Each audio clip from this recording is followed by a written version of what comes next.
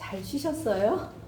제 얼굴이 좀 이렇게 저도 그냥 모처럼 먹고 자고 처음엔 참 좋더라고요. 그런데 그 시간이 이렇게 되니까 사람의 게으름은 참 끝이 없구나. 그러면서 쉴 수 있는 것도 감사, 또 일할 수 있는 것도 감사더라고요. 이렇게 나에게 주어진 시간이 그냥 끝없이 휴가처럼 계속 된다면 제가 정말 게을러질 거예요. 여러분은 어떠셨는지 모르지만 저는 아주 푹 쉬었습니다. 이제 우리가 또 달려가야 되겠죠. 저희가 지금 요한복음 9장을 나누고 있습니다. 혹시 요한복음 7장 지난주에 생각나시나요? 지난주에. 왜냐하면 이 말이 지난주 말씀하고 이어지기 때문에 그렇습니다. 물론 요한복음은 계속 이어지긴 하지만요.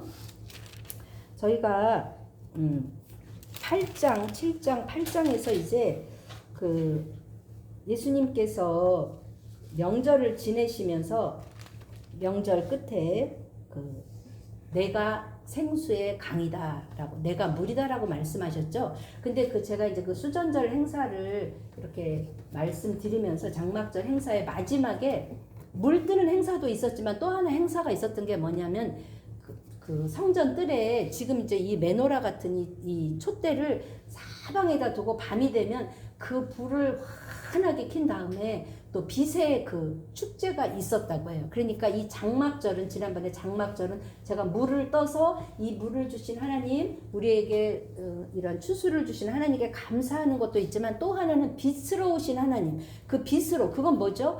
우리가 광야에서 이스라엘 백성을 불기둥과 하나님이 구름 기둥으로 인도하셨잖아요. 그래서 그 불, 하나님의 임재를 상징하기도 합니다. 그래서 그런 형식으로 맞췄다고 해요. 그리고 나서 이제 8장에서는 그 간음한 여인을 데리고 오는데, 그것은 그 예수님을 시험하기 위해서 그 일이 지나가고, 이제 오늘 9장의 이야기는 뭐냐면 예수님이 지나가시다가 길을 가시다가 누구를 보느냐. 오늘 조금 저희가 본문이 길어요.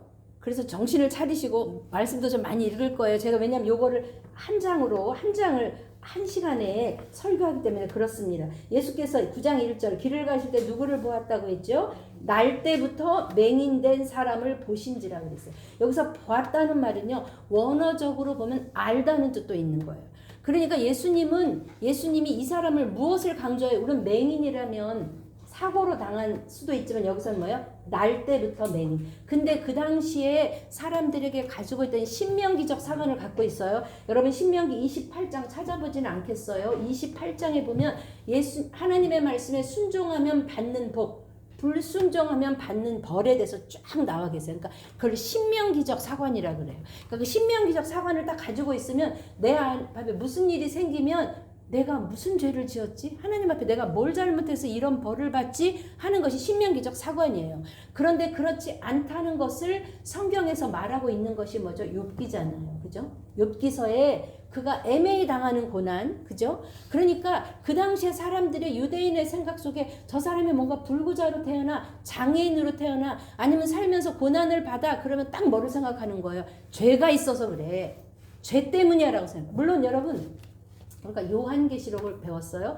요한계시록에서 하나님 우리를 만나실 그날에는 더 이상 눈물도 없고 슬픔도 없고 아픔도 없고 병도 없고, 그것을 다, 죽음도 사망도 하나님 다 걷어가실까 그랬어요. 걷어가신다고 했어요. 그렇죠?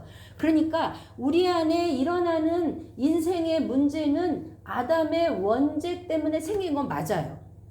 그죠? 그런데 반대로 잘 들어보셔야 돼요. 그러면 내 삶에 일어나는 모든 문제는 내 죄 때문인가? 맞아요, 틀려요?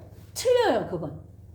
그러니까 이 원죄로부터 우리에게 모든 질병과 고난과 어려움과 그런 결국에 사망에 이르기까지 그 원죄로부터 온 것은 맞지만, 그러나 내 삶에 일어나는 모든 문제가 죄 때문이야 라고 말하는 것은 아니라는 거죠. 근데 이 사람들의 사고 가운데는 얘는 태어나면서부터 맹인으로 태어났어. 그러니까 뭐라고 생각해? 얘는 죄가 있어.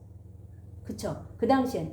그래서 딱 물어보는 거예요. 죄가 있다는 것을 단정하면서 2절에 뭐라고 물어보냐면, 이 사람이 지금 맹인으로 났는데 누구 죄입니까? 부모 죄입니까? 자기 죄입니까? 라고 물어보는 거죠. 그랬을 때 주님이 이렇게 말씀하세요. 3장 읽어보십시다. 시작. 예수께서 대답하시되 이 사람이나 그 부모의 죄로 인한 것이 아니라 그에게서 하나님이 하시는 일을 나타내고자 하심이라. 하나님이 하시는 일을 나타내고자 하십니다. 우리는 이 말을 잘 해석해야 돼요. 그러면 하나님의 일을 나타내시려고 이 사람 맹인으로 안 태어나도 되는데 하나님이 이 사람한테 뭔가 나타나게 하시려고 이 사람을 맹인으로 날 때부터 만드셔서 지금까지 맹인으로 있다가 하나님이 고쳐주셨단 말일까? 베데스다 연못에 38년 된 병자를 주님이 치료해 주시잖아요. 그러면 그것도 이 사람은 그렇게 병 안 걸려도 되는데 38년 후에 예수님이 와서 고쳐주시려고 이 사람을 38년 동안 예수님이 병자로 만드셨단 말인가? 어때요, 여러분? 그건 아니라는 거예요. 그러니까 이 사람이 지금 소경으로 태어났는데 나는 이것을 통해서 이 사람이 지금 날 때부터 소경된 이 사람을 통해서 나는 뭔가 하나님의 일을 나타내겠다 이 말이에요. 그러니까 우리가 왜 이렇게 장애인으로 태어나는 자녀들이 있잖아요. 그러면 그 부모들이 뭐 이렇게 때로는 이렇게 해석하고 받아들이기도 해요. 하나님이 그냥 얘를 맡기셔야 되는데 다른 가정보다는 그래도 너희 가정에서 잘 키워줄 것 같아서 너를 맡겼다. 그것을 그 응답을 내가 받았으면 괜찮아요. 내가 기도하면서 하나님이 그렇게 그래. 이것도 내 또한 내가 해야 되는 일이지라고 내가 받았으면 괜찮은데 다른 예를 들어서 어떤 목사님이 그래도 장로님 가정에 믿음 있는 가정에 얘를 보내셔야 하나님이 마음 놓고 보내시지 않게 이렇게 말을 한다면 우리는 그 말도 잘 생각해 봐야 돼요. 몰라요 우리는. 그러니까 거기에 있어서는 그냥 모른다가 맞아요. 왜? 그것은 하나님의 일이기 때문에. 여러분 예수님이 이 땅에 왜 오셨을까요? 예수님이 이 땅에 물론 예수님의 사역 중에 힐링이 있어요. 힐링 프리칭 있죠. 그런데 예수님이 만약에 병을 고치기 위해서 이 땅에 오셨다 그러면요. 예수님 오셔서 어떻게 해야 돼요? 이 땅의 모든 병자를 다 고치셔야 돼요. 예수님이 온 목적이 그거라면. 근데 여러분 성경에 보시지만 예수님이 병을 치료한 사람은 그 유대나 갈릴리 지역 그것도 다 고치신 게 아니라 그 중에 일부만을 고치셨어요. 왜 그러셨을까요? 예수님이 이 땅에 왜 오셨을까요? 이것을 뭐에 대입해 보냐면 우리가 어떤 문제가 있잖아요. 제가 아는 어떤 권사님은 이렇게 자녀가 없으세요. 그래서 이제 남편하고 사시다가 이제 남편이 소천하시고 혼자 사세요. 근데 그분이 뭐 다른 거에는 별로 어려움이 없는데 이제 건강에 어떤 문제가 있는 거예요. 그래서 그걸 갖고 늘 하나님께 기도하는 거죠. 하나님, 저는 남편도 없고요. 저는 자식도 없고요. 저는 주님 의지하고 살아요. 근데 주님, 제가 왜 이런 병에 걸렸을까요, 주님?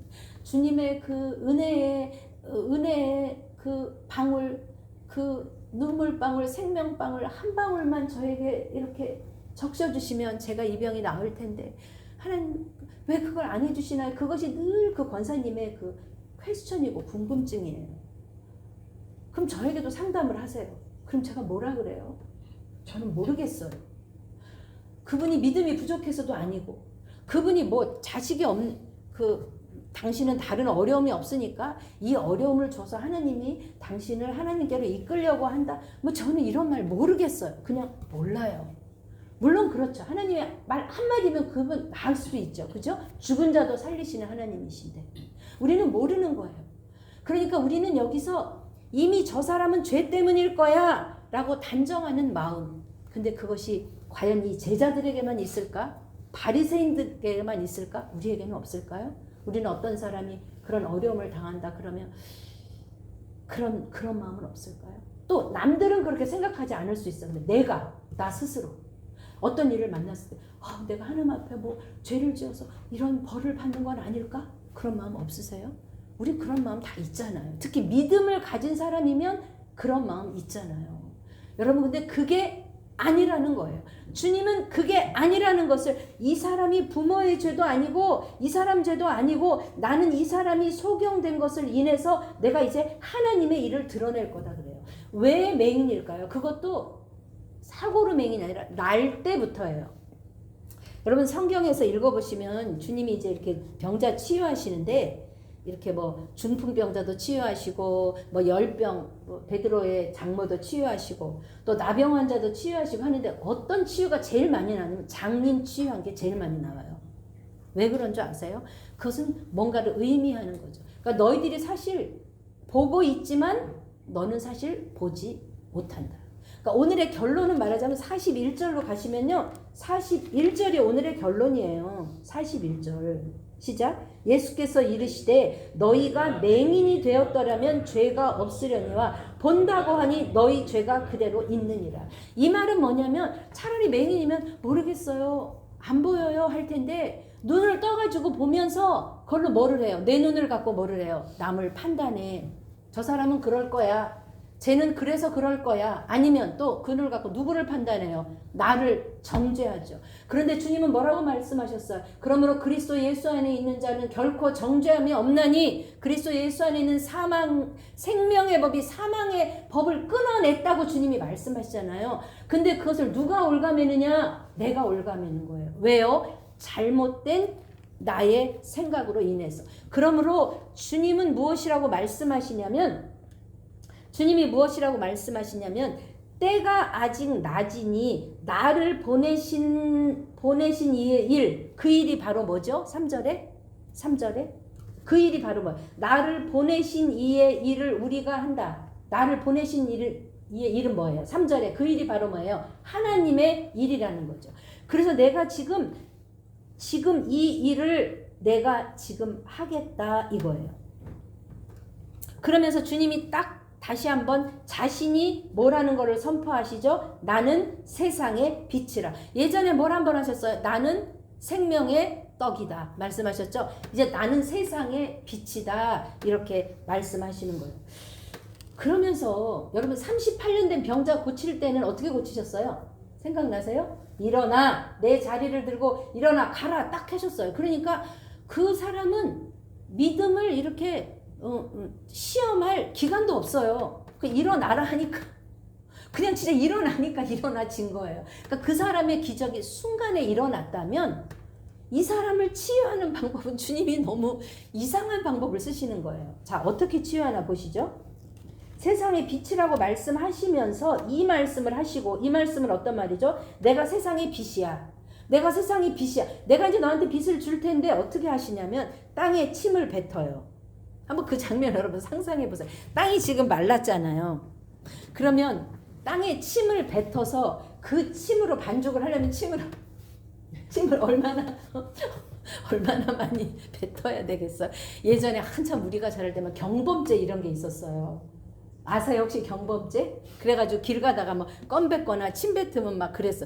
근데 예수님이 지금 마른 땅에다가 거긴 사막 지역이잖아요. 먼지가 풀풀. 거기다가 예수님이 물을 부은 것도 아니고 침을 뱉어서 그 침을 갤 정도면 얼마나 태태태태 침을 많이 생각해 좀 이렇게 그렇지 않아요? 왜 하필이면 흙에다가 침을 뱉었을까? 여러분 흙은 뭐죠? 흙은 창세기 1장에 우리를 뭘로 지으셨죠?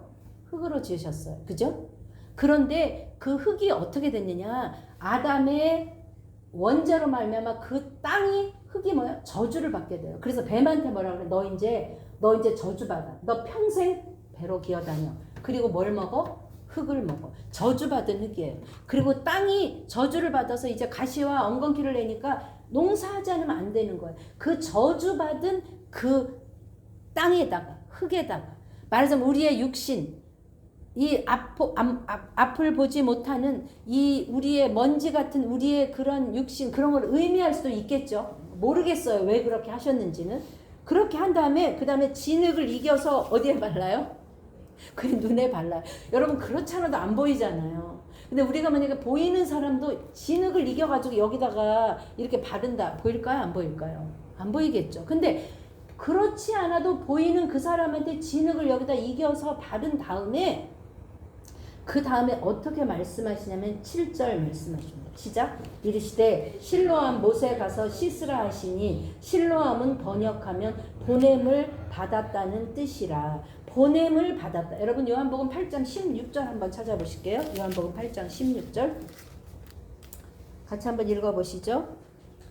16절 제 성경은 158페이지 만일 내가 판단하여도 내 판단이 참되니 이는 내가 혼자 있는 것이 아니요 나를 보내신 이가 나와 함께 계심이라. 여기서 지금 예수님을 보낸 사람은 누구예요? 하나님이시죠. 그러니까 나는 하나님으로부터 뭐 한 사람이에요? 보내심을 받은 자예요.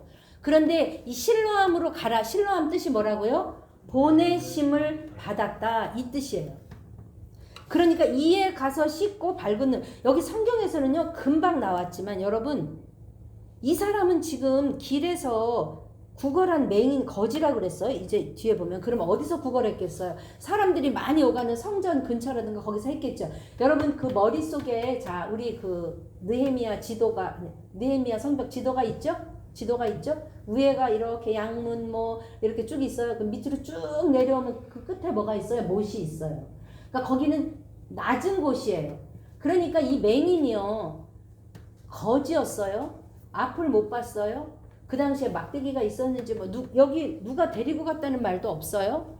그런데 그렇지 않아도 남루한 행색에 앞을 보지 않으면 이렇게 길을 헤맬 텐데 지금 얼굴에는 뭘 발랐어요? 머드팩도 아니고 진흙을 침으로 이걸 발랐어요.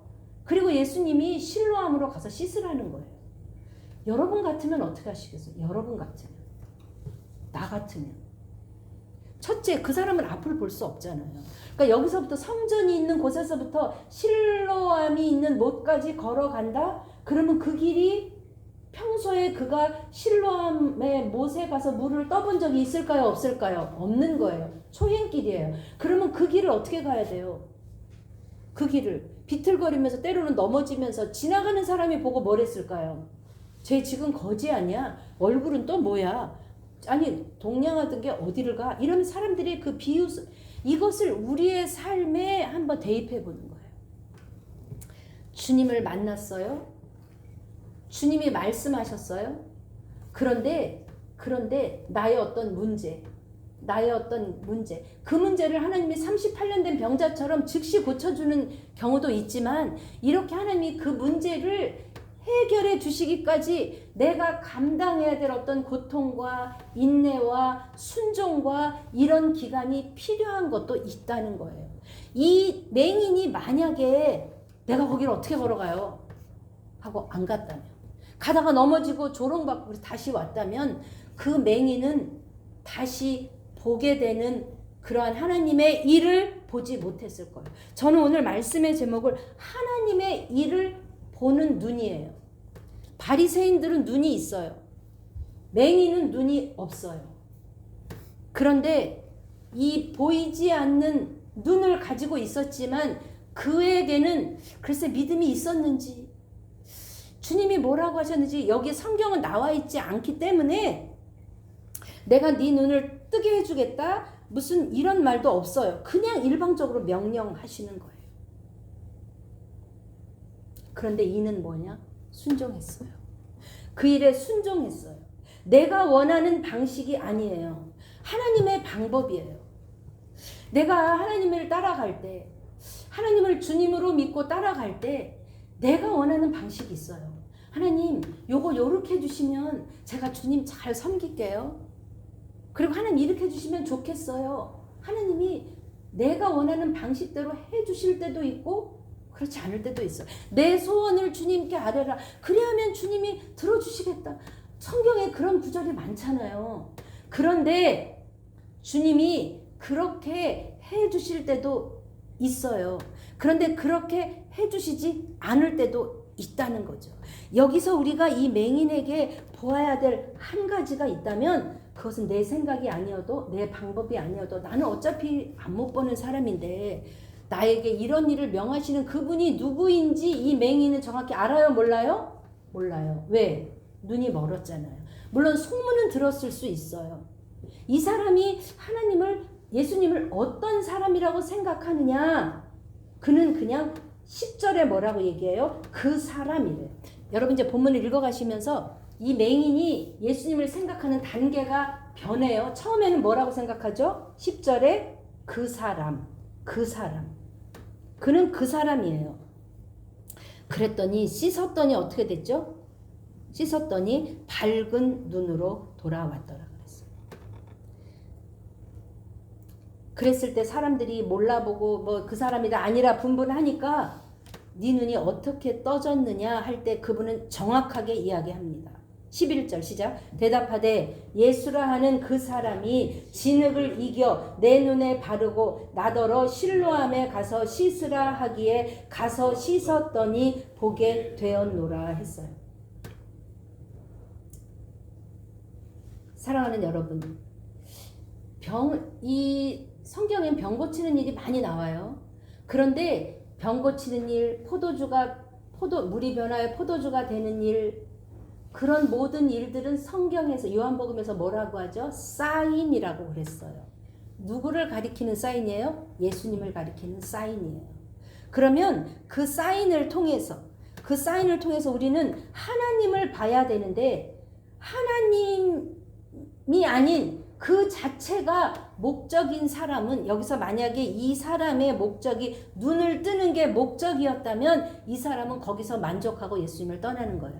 예수님이 문둥병자 10사람을 고쳐줬어요. 근데 그 중에 와서 예수님께 돌아와서 감사를 표현한 사람은 누구예요? 한 사람이에요. 나머지 9사람은 뭐예요? 뭐가 목적이었어요? 내 병이 낫는 게 목적이었어요. 여러분, 주님을 왜 찾으세요? 왜 주님을 아버지라고 여러분 헌신도 하고 수고도 하고 예배도 드리죠? 물론 우리가 하나님이 들어주셨으면 하는 기도의 제목이 있어요. 그런데 하나님이 그것을 들어주시는 것이 목적인가? 아니면 그것을 통해서 내가 하나님을 알아가는 것이 목적인가? 그것이 그 사람의 종교인가 신앙인가를 구분하는 기준인 줄 믿습니다. 여기서 그 사람은 주님을 떠나지 않아요. 그런데 이제 13절로 넘어가서 14절에 이런 말이 나와요. 예수님은 일부러 의도적으로 38년 된 병자를 고치신 날도 이날이셨어요. 14절 읽어보실게요. 예수께서 진흙을 이겨 눈을 뜨게 하신 날은 안식일이라. 안식일 논쟁이 한 번 있었잖아요. 그죠? 다시 한번 그걸 일으키는 거예요. 그 사람을 지금 그 병자를 일으킨 것이 안식일이기 때문에 그때부터 유대인들이 예수님을 죽이려고 했어요. 예수님이 그 안식일 문제를 다시 일으키시는 거예요. 다시 물어보는 거예요. 어떻게 해서 낫냐? 그랬더니 똑같이 얘기해요. 그랬을 때 16절 예수님이 하신 일을 보고 두 가지로 사람들은 반응합니다. 16절 시작. 바리새인 중에 어떤 사람은 말하되 이 사람이 안식일을 지키지 아니하니 하나님께로부터 온 자가 아니라 하며, 또 어떤 사람은 말하되 죄인으로서 어떻게 이러한 표적을 행하겠느냐 하니 그들 중에 분쟁이 있었더니. 왜냐하면 이사야에 분명히 말씀하세요. 메시아가 올 텐데 그는 어떤 일을 할 거냐? 포로된 자를 자유케 하고 눈먼 자를 보게 한다고 이사야에 분명히 예수님의 표적에 대해서 말씀하시는 거예요. 그러니까 그 당시에 날 때부터 맹인된 자를 눈뜨게 했다. 그거는 누가 봐도 그 사람은 누구예요? 메시아라는 사인이에요. 그것을 믿는 사람, 사인을 보고 믿는 사람이 있는가 하면 이 바리새인들은 뭐를 고집하죠? 이 사람이 안식일에 고쳤다 이거예요. 다른 날 고쳤으면 문제가 될 수 있을 텐데 안식일에, 내가 정해는 안식일에 하면 안 돼. 내가 알아. 지난주 말씀의 제목이 뭐였죠? 내가 모른다는 것을 아는 지혜였잖아요. 이 사람은 내가 안다고 생각하고 이 안식일의 논쟁이 다시 펼쳐지므로 분쟁이 있을 때 17절 이 맹인이 예수님을 어떻게 고백하느냐. 2번이나 불려가서 이 바리새인들한테 추궁을 당했지만 이 사람은 정확히 말해요. 그 사람이 씻으라고 그래서 씻었더니 이렇게 됐습니다. 그래서 2번이나 자기의 말하자면 간증을 하고 난 후에 17절 그 사람의 신앙이 이렇게 바뀝니다. 시작. 이에 맹인되었던 자에게 다시 묻되 그 사람이 내 눈을 뜨게 하였으니 너는 그를 어떠한 사람이라 하느냐. 대답하되 선지자니이다. 선지자. 아까는 뭐였죠? 아까는 그 사람. 근데 이렇게 지나가는 걸 보고 눈을 뜨고 이 사람이 보면서 뭐가 깨달아지는 거예요? 선지자라고 고백한 사람도 누가 있었죠? 사마리아 여인이 물 뜨다가 선지자 고백하잖아요. 그죠? 그랬을 때 이게 안 되는 거예요. 얘 갖고는 안 되는 거예요. 왜냐하면 이 유대인들은 뭐를 결정했느냐. 이미 22절에 예수를 그리스도로 시인하는 자는 어떻게 하기로 결정했죠? 출교. 여러분 출교가 뭐냐면요. 지금도 교회에 따라서 그 사람이 이렇게 출교시키는 교회가 있어요. 그러니까 너무 교회에 이렇게 문제를 일으킨다. 근데 이제 오늘날 출교하고 이 유대교의 출교하고는 달라요. 유대교의 출교는 뭐죠? 유대인은 그 가족이 모여 살았죠. 그 동네에 회당이 있죠. 그러니까 그 안에 만약에 출교 당한다는 거는 그 회당에서 쫓겨날 뿐만 아니라 가족에게도 쫓겨나고 완전히 그 가족에게서 버림받아 되는 거예요. 오늘날 교회에서 잘못하면 출교하기도 해요. 근데 어떻게 하죠? A라는 교회에서 출교 당하면 어떻게 하면 돼요? B라는 교회 가면 되잖아요. 그러니까 이때 당시 출교는 마치 요즘에 그 무슬림 이런 데서 여인들이 전통에 따르지 않는다든가 결혼을 잘못하면 어때요? 사형을 시키기도 하고 가정에서 쫓아내기도 그러니까 죽음을 의미하는 거예요. 그래서 그걸 가지고 부모에게 가서 다시 불러서 물어보는 거예요. 왜 물어보죠? 18절 여러분 유대인들이 그가 맹인으로 있다가 보게 된 것을 어떻게 해요? 믿지 않아요. 근데 여러분 이건 사실이잖아. 이 사람이 날 때부터 맹인되어서 거기서 거지로서 구걸하고 있었다는 것은 이미 모든 사람들이 다 알고 있는 거예요. 그런데 그 사람이 선지자 예수님을 통해서 눈을 떴다는 것을 사실을 보면서도 어떻게 하고 싶지 않은 거예요. 믿고 싶지 않은 거예요. 그래서 사실 그 자체가 문제가 아니고 믿으려고 하지 않는 게 문제죠. 그래서 지금 부모를 불러다가 물어봅니다. 어떻게 해서 보게 됐느냐. 왜냐하면 맹인으로 났다는 걸 제자들과 알고 모든 사람들도 알고 어떻게 눈 떴다는 걸 본인한테 2번이나 얘기를 들었는데도 그것을 인정하고 싶지 않으니까 이 부모를 불러서 겁을 주려고 출교하기로 결정됐기 때문에 겁주려고 물어보니까 지금 겁이 나서 뭐라 그래요? 우리가 알지 못하나이다. 여러분 하나님의 일을 보는 눈이라 그랬어요. 하나님의 일. 자, 하나님의 일을 보는 첫째 1번. 바리새인들의 눈은 어떤 눈일까요? 봐요. 눈 뜬 걸 봤어요. 그런데 뭐예요? 인정하고 싶지 않아요. 그러니까 어떻게 눈을 감는 거죠. 그러니까 눈이 있으나 너희가 차라리 맹인이라서 그 사람처럼 못 봤어. 그러면 내가 이해할 거야. 근데 너희는 눈이 있어. 그리고 그 사람이 눈 뜬 것도 봤어. 그쵸? 그런데 그것을 인정하고 싶지 않아서 사실을 보면서도 어떻게 해요? 눈을 감아. 그러니까 너희는 뭐야? 맹인이야. 하나님이 하시는 일을 보면서도 인정하고 싶지 않아서 눈을 감는 사람 1번. 2번. 이 맹인의 부모. 어떡하죠? 알고 있잖아요. 자기 자식이 얘기했겠죠. 모든 사람이 알고 있는데 부모한테 얘기 안 했겠어요. 와서 이렇게 해서 예수님이라는 사람이 이렇게 해서 눈을 떴습니다.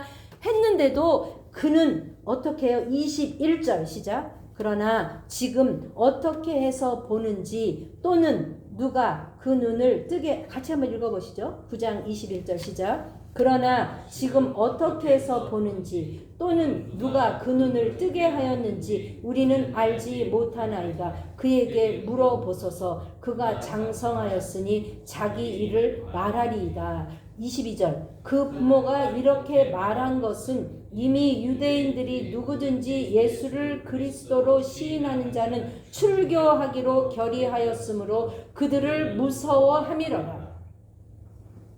여러분이 만약에 맹인의 부모였다면 어땠을까요?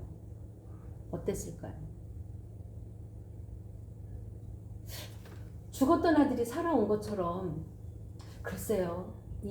얼마나 겁이 났을지 모르지만 저는 어제 이걸 읽으면 내가 그 부모였다. 그러면 그 사람들이 그렇게 얘기해도 나는 그렇게 말할 수 있지 않을까?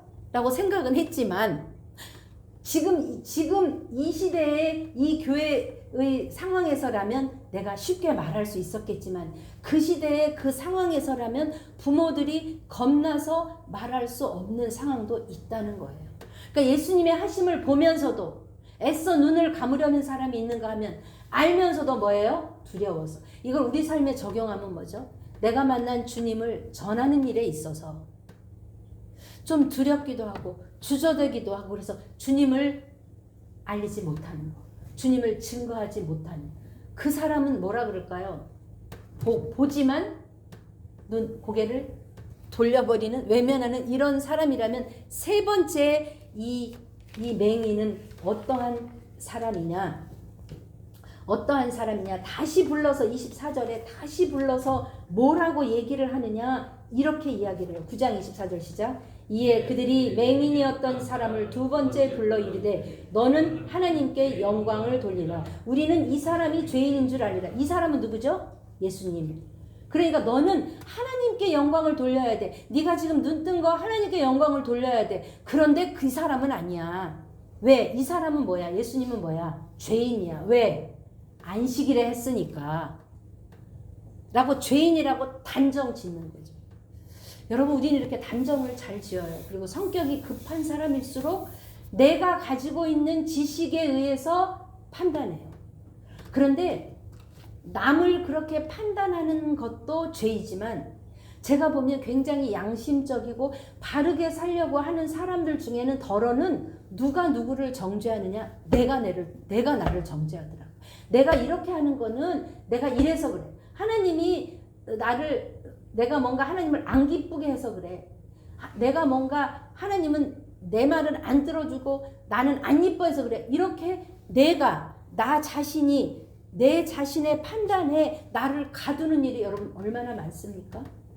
그것으로부터 자유하십시오. 주님은 아무도 판단하지 않는다고 했어요. 그러나 단지 뭐가요? 길이 달라요. 38년 된 또 손을 놨기만 해도 또 아니면 그 관원의 아들은 주님이 가시지 않고 기도만 해도 나아요. 그러니까 뭐냐면 그 사람과 저 사람은 안 가도 병이 낫는데, 저 사람은 손만 대도 낫는데, 저 사람은 명령만 해도 낫는데 나는 왜 이렇게 안 낫는 거야? 또 주님이 나한테는 왜 이렇게 난다고 하면서 이렇게 고난의 길을 이렇게 주시는 거야 라고 내 비교의 대상이 어떤 사람과 상황과 된다면 나는 거기에 묶일 수 있다는 거죠. 사랑하는 여러분, 함부로 우리는 이 사람이 죄인인 줄 아노라. 가로 열고 뭐라 그래야 돼? 우리는 모르노라. 아멘이세요? 그런데 이렇게 말하는 사람은 당당한 거예요. 그랬을 때 참 이 맹인 너무 현명한 말을 해요. 25절 읽어보시죠. 시작. 대답하되 그가 죄인인지 내가 알지 못하나 한 가지 아는 것은 내가 맹인으로 있다가 지금 보는 그것이다. 나는 그 사람이 죄인인지 아닌지 모르겠다. 그 사람 죄인이야 그러면 깜짝 놀라야 되잖아. 왜? 바리새인이나 제사장이 그 사람 죄인이래. 어머 어떡해. 나 눈뜨게 해줬는데 그 사람 죄인이야 하고 그 사람 말을 덜컥 믿어야 되는데 왜? 그 사람은 바리새인이고 그 사람 우리가 존경받는 사람, 오늘날로 말하자면 목회자일 수 있잖아요. 목사님이 그렇게 말했어. 여러분 어느 것에도 매이지 마세요. 무엇에만 매여요? 주님의 말씀에만, 주님의 사랑에만 매이는 저와 여러분 되시기를 주님의 이름으로 축복합니다. 아멘. 그 사람이 아는 것, 나는 그 사람이 죄인인지 아닌지 모르겠어요. 그런데 나는 내가 지금 장님이었는데 눈 떴다는 건 난 그것만 알아요 라고 이야기하는 거예요.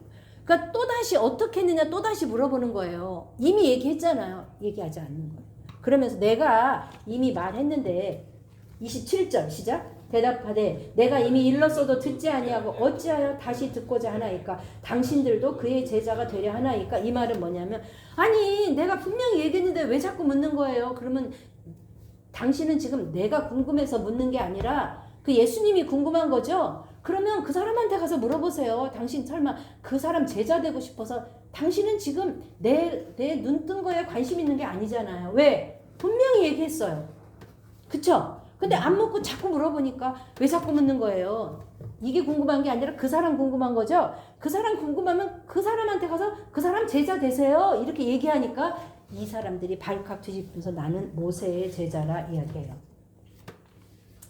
하나님이 모세에게는 말씀하셨는데 우리는 어디서 이 사람이 왔는지 몰라 했을 때 30절부터 33절까지 이 사람은 어떤 바리새인보다 정확한 답을 이야기합니다. 30절 읽어보시죠. 그 사람이 대답하여 이르되 이상하다. 이 사람이 내 눈을 뜨게 하였으되 당신들은 그가 어디서 왔는지 알지 못하는도다. 하나님이 죄인의 말은 듣지 아니하시고 경건하여 그의 뜻대로 행하는 자의 말을 들으시는 줄을 우리가 아나이다. 지금 이 사람들이 예수님을 뭐라고 단정지었어요. 24절에. 이 사람은 뭐라고요? 죄인이다. 예수님은 죄인이다. 그 사람은 죄인이다. 근데 나는 이 사람이 죄인인지 아닌지는 모르겠어요. 나 눈 떴다는 거 하나. 또 하나 뭐야? 내가 알기에 하나님은 죄인의 말은 안 듣는다 그랬는데, 그럼 내가 지금 이렇게 눈 뜬 거 하나님의 영광이잖아요. 그럼 내가 이렇게 눈 떴어. 누구 때문에? 예수님 때문에 떴어. 그런데 하나님은 죄인의 말은 안 듣는데, 그런데 하나님이 이 죄인의 말을 듣고 내 눈을 뜨게 해줬어. 그러니까 이 사람은 결국 뭐야? 죄인이 아니야. 라고 이 사람이 딱 답을 내리는 거예요.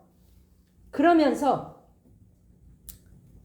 이 32, 33절 시작. 창세 이후로 맹인으로 난 자의 눈을 뜨게 하였다 함을 듣지 못하였으니 이 사람이 하나님께로부터 오지 아니하였으면 아무 일도 할 수 없으리라. 어떤 바리새인보다, 어떤 대제사장보다 이런 말을 요새 사이다라고 하거든.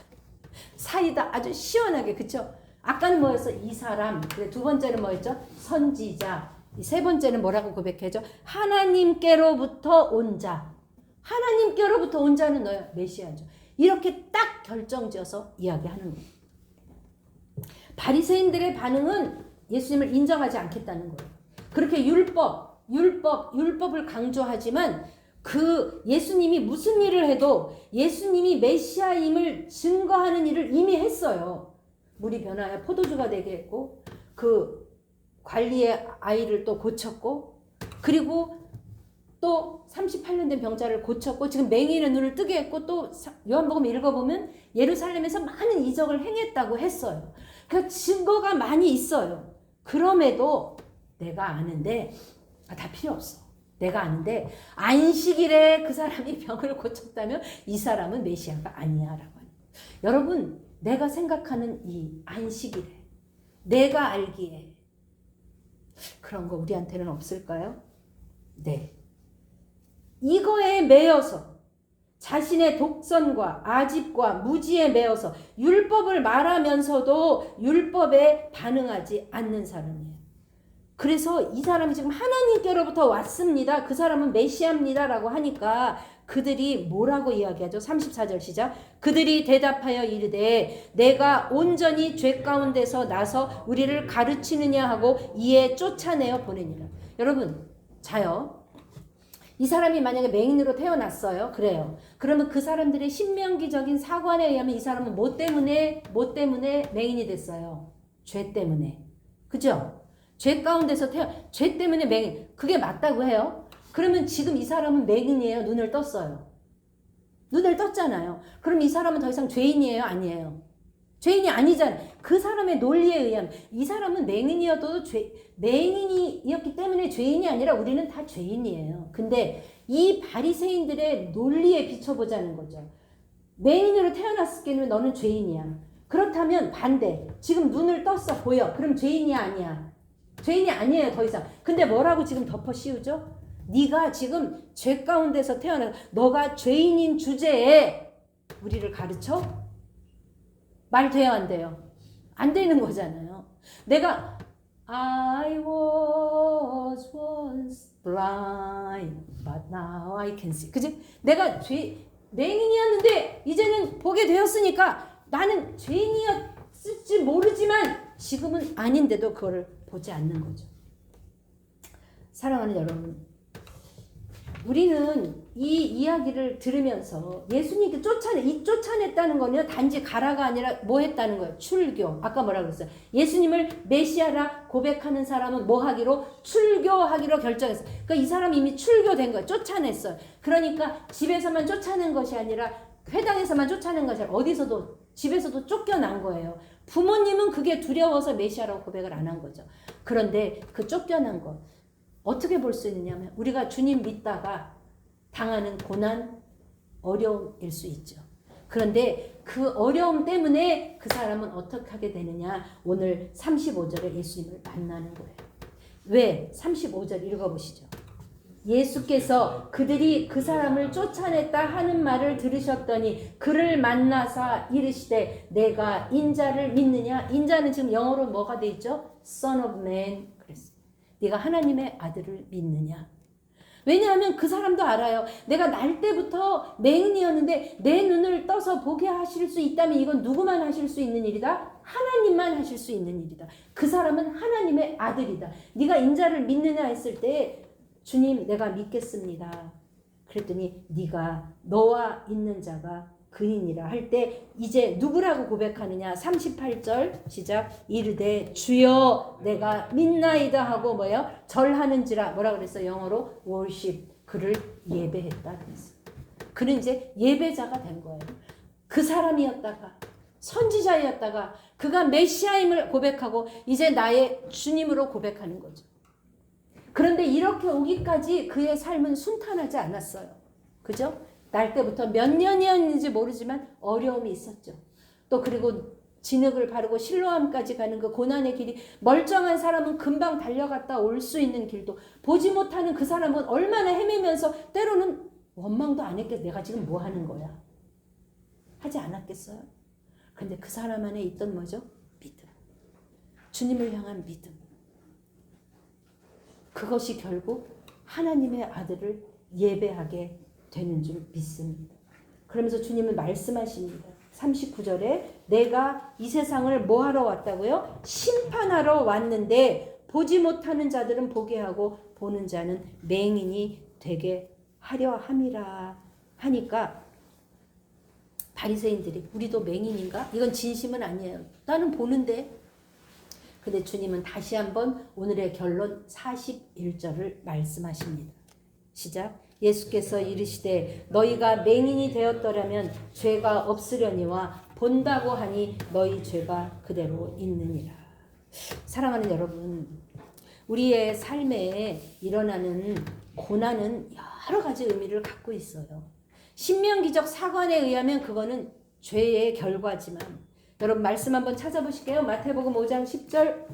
마태복음 5장 10절. 제 성경은 6페이지 5장 10절입니다. 시작. 의를 위하여 박해를 받는 자는 복이 있나니 이 핍박은 천국이 그들의 것입니다. 의를 위해서 애매히 당하는 박해가 있다는 거예요. 또 베드로전서 2장 19절. 베드로전서 2장 19절 같이 읽어보시죠. 제 성경은 379페이지 2장 19절 시작. 부당하게 고난을 받아도 하나님을 생각함으로 슬픔을 참으면 이는 아름다우나 죄가 있어 매를 맞고 참으면 무슨 칭찬이 있으리요. 그러나 선을 행함으로 고난을 받고 참으면 이는 하나님 앞에 아름다우니라 그랬어요. 그러니까 여러분 우리가 받는 고난이 아까 의를 위해서 고난받는 사람도 있고 어떤 사람도 있다는 거예요. 오늘 부당하게 고난을 받을 수도 있다는 거예요. 여러분 이를 죄 때문일 거야. 하나님 나를 안 이뻐하셔서 그럴 거야. 내 기도는 안 들어주셔서 그럴 거야. 내가 뭐 잘못해서 그럴 거야 라고 여러분 자신을 스스로 얽어매지 마십시오. 아멘. 아멘. 저도 그런 일이 있어요. 졸지에 남편을 보내고 보니까 내가 뭐 잘못해서 하나님이 이렇게 하셨나? 그게 저한테는 제일 퀘스천이고 제일 어려움이고 제일 제 마음의 무거움이었어요. 그러나 기도하며 말씀 읽으며 하나님 그게 아니다라고 저를 자유케 해주셨어요. 사랑하는 여러분, 세상에 어떤 것도 우리를 묶을 수 없어요. 애매히 고난을 당한다고 지금 이야기하잖아요. 부당하게 고난을 당해도 너희가 그것을 어떻게 해요? 주님을 주님을 생각함으로 하나님 뜻이 있겠지. 이 과정 뒤에 하나님 더 좋은 것으로 내가 생각하는 좋은 것과 하나님이 생각하는 좋은 것이 다를 뿐이에요. 사탕을 주기를 원하는 아이는 사탕이 좋은 거지만 엄마가 생각할 때는 더 좋은 영양가 있는 음식, 맛없는 영양제 그것이 더 다를 뿐이에요, 여러분. 하나님이 나에게 가장 좋은 것으로 주시는 분이심을 믿는 믿음이 여러분 안에 있으십니까? 아멘. 그것은 언제 자라냐면요. 알지 못하는 길을 걸어가면서 답이 빨리 오지 않는 그 길을 걸어가면서 그 믿음의 선조들이 바로 우리의 이야기예요. 그럴 때 어떻게 하라고요? 고난을 참으면 아름다운데 죄가 있어서 그 매를 맞으면 무슨 소용이 있겠니? 그런 고난이 있을 수 있다는 거죠. 또 고린도후서 1장 6절. 고린도후서 1장 6절. 제 성경은 286페이지 1장 6절 시작. 우리가 환난 당하는 것도 너희가 위로와 구원을 받게 하려는 것이. 지금 바울이 환난 당하는 것은 잘못해서 있을까 아니라 죄가 있어서가 아니라 뭐 때문에요? 내가 환난 당함으로 어떻게 할 수 있다는 거예요? 너희가 위로와 구원을 받게 한다는 거예요. 그 대표자가 누구죠? 예수님이 우리를 구원하시기 위해서 그분이 십자가의 고통의 환난을 당하셨잖아요. 이런 고난도 있다는 거예요. 오늘 요한복음 9장에서는 이 맹인이 날 때부터 맹인된 것은 이 일을 통해서 내가 그 맹인을 들어서 니네가 볼 때는 너희가 볼 때는 이 사람이 안 못 보는 사람인 거 너희가 다 알지만 사실 진짜 맹인은 누구야? 너희야. 보면서도 아니야. 너희가 맹인이야. 주님은 그 메시지를 지금 주시는 것이죠. 예수님께 치료받은 맹인은 자기가 보게 되었을 뿐만 아니라 이분이 하나님의 아들이심을 알게 되고 그 앞에 어떻게 해요? 하나님 앞에 예배하는 예배자의 삶을 살게 되었던 것이죠. 그러므로 고난이 그에게 유익이 되었어요. 근데 여러분, 그렇다고 고난을 미화해서는 안 돼요. 왜냐하면 나는 그런 고난 안 받고 그냥 편히 살고 싶은 게 우리의 마음이잖아요. 그렇죠? 그래서 우리는 함부로 고난에 대해서 욥의 친구들처럼 네가 죄가 있어서 그래. 네가 이래서 그래. 손가락을 남을 향해 뻗지도 말고 나를 향해 뻗지도 말고 함부로 정죄하지 마세요. 그것은 모르는 거예요. 다만 우리 안에 뭐가 필요하냐? 하나님 뜻이 있을 거야. 지금 안 해주셔도 하나님 뜻이 있을 거야. 하나님은 나에게 가장 좋은 것으로 주실 거야 라는 믿음이 여러분에게 있다면, 그리고 그 길을 가면서 여러분의 믿음이 자라게 돼. 지금은 다 제가 오늘 고른 찬양이 다 알 수 없어도 이 고난을 통해서 주님을 알아가는 거예요. 다 표현 못해도, 내가 거창하게 기도 못해도 괜찮아요. 길을 가면서 주님 저 이랬어요. 주님 속상했어요. 주님 저 도와주세요. 저는 아쿠아 운동하면서 주님 저를 좀 불쌍히 여겨주세요. 그리고 주님 앞에 기도해요. 다 표현 못해도 기도가 그렇게 거창한 게 아니에요. 그러면서 우리는 알아가는 거예요. 물론 이 사람이 맹인으로 태어나지 아니하고 평범한 가정에서 태어나서 그렇게 앞도 잘 보고 그렇게 살다 갔으면 과연 그가 어땠을까? 우리는 모르는 거예요. 다만 여러분 어떤 고난 가운데 있습니까? 맹인처럼 이렇게 앞이 보이지 않는 답답한 가운데, 앞일을 알 수 없는 가운데 내가 어디로 가야 되지? 어떻게 가야 되지? 뭐가 있지? 가다가 부딪혀 넘어기도 하고 이런 맹인처럼 이런 가운데 있을지 모르겠어요.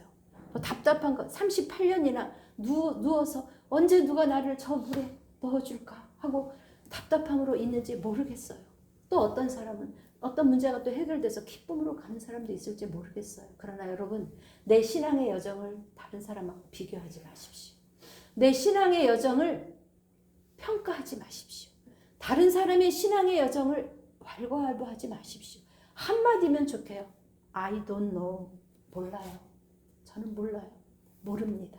다만 그 길을 가면서 주님을 더 알아가기를 기도할 뿐입니다. 예수님이 이 땅에 오신 것은요, 단 하나예요. 병을 고치기 위해서 오신 것도 아니고 내 문제 해결해 주려고 주님이 오신 것도 아니에요. 주님이 이 땅에 오신 목적은 딱 하나예요. 요한복음 3장 16절 뭐예요? 하나님이 세상을 이처럼 사랑하사 독생자를 주셨으니 우리가 그 예수님을 믿고 뭐예요? 영생하도록. 왜냐하면 한번 이 병자는요 고쳤어도 죽었어요. 그렇죠? 죽은 나사로도 살았다가 죽었어요. 우리는 다 죽는 목숨이에요. 그런데 우리에게는 영원히 사는, 우리에게 영생의 그 생명을 선물로 주려고 오신 분이 주님이세요. 아멘. 우리는 그 주님을 믿는 거예요. 그 주님을 믿는 길에 주님이 사인, 이리 와, 이쪽으로 가, 저쪽이야. 때로는 선물도 주시고 때로는 그거 아니야, 그거 아니야, 여기야. 이 문을 닫으시기도 하시고 문을 여시기도. 근데 그거는 누구만 아느냐? 나만 알아요. 나만 알아요. 처음에는 잘 몰라요. 안 보여요. 그런데 더듬어 가면서 그 맹인이 그 신뢰함까지 더듬어서 기어서 그 길을 가면서 그 안에 주님을 포기하지 않는, 주님을 신뢰하는 그 믿음으로, 그 순종으로 그는 끝내 주님 앞에서는 예배자가 되었습니다. 사랑하는 여러분, 나는 하나님의 일을 어떤 눈으로 봅니까? 내 삶 가운데 하나님 오늘도 일하고 계시죠? 아멘? 일하고 계시죠? 어떤 눈으로 봅니까? 내 눈으로 봅니까? 내 기준. 이거 해주시면 좋은 하나님, 이거 안 해주시면 안 좋은 하나님. 내 기준으로 봅니까? 하나님의 눈으로 봅니까? 알 수 없는 고난 가운데 해결되지 않는 문제가 있다면 나는 이것을 어떻게 해석합니까? 내 기준으로 아유 죄 때문에 그래, 저 사람 게을러서 그래, 저 사람 뭐 해서 그래, 내 기준으로 판단합니까? 어떻게 해석합니까? 하나님의 일로 봅니까? 또 주님께 받은 회복의 체험이 있습니까? 이 장님처럼 문제 해결된 거 있죠. 기도하면서 하나님 문제 해결해 줄 수 있어요. 그러면 거기에 머무릅니까? 아니면 그 표적 때문에 주님 앞에 더 나아갑니까? 기도의 제목을 가지고 많은 사람이 기도했어요. 그 응답이 이루어졌어요. 근데 그 응답 때문에 주님을 떠나는 사람이 있더라고요. 여러분, 있어요. 사업이 잘 되기를 기도했어요. 사업 잘 됐어요. 그 사업 때문에 떠나는 사람, 저는 사역하면서 많이 봤어요. 여러분, 주님이 응답 주셨어도 응답보다 주님을 더 사랑하는 저와 여러분 되십시다. 응답 안 됐어도 응답보다 주님을 더 신뢰하는 저와 여러분 되십시다. 표적에 머무르지 말고 이 표적을 통해 하나님을 알아가며 그 사람이 선지자로 하나님의 아들로, 그래서 My Lord, 그 앞에 주님을 예배하며 주님을 더 알아가기 힘쓰는 저와 여러분 2025년 되시기를 주님의 이름으로 축복합니다.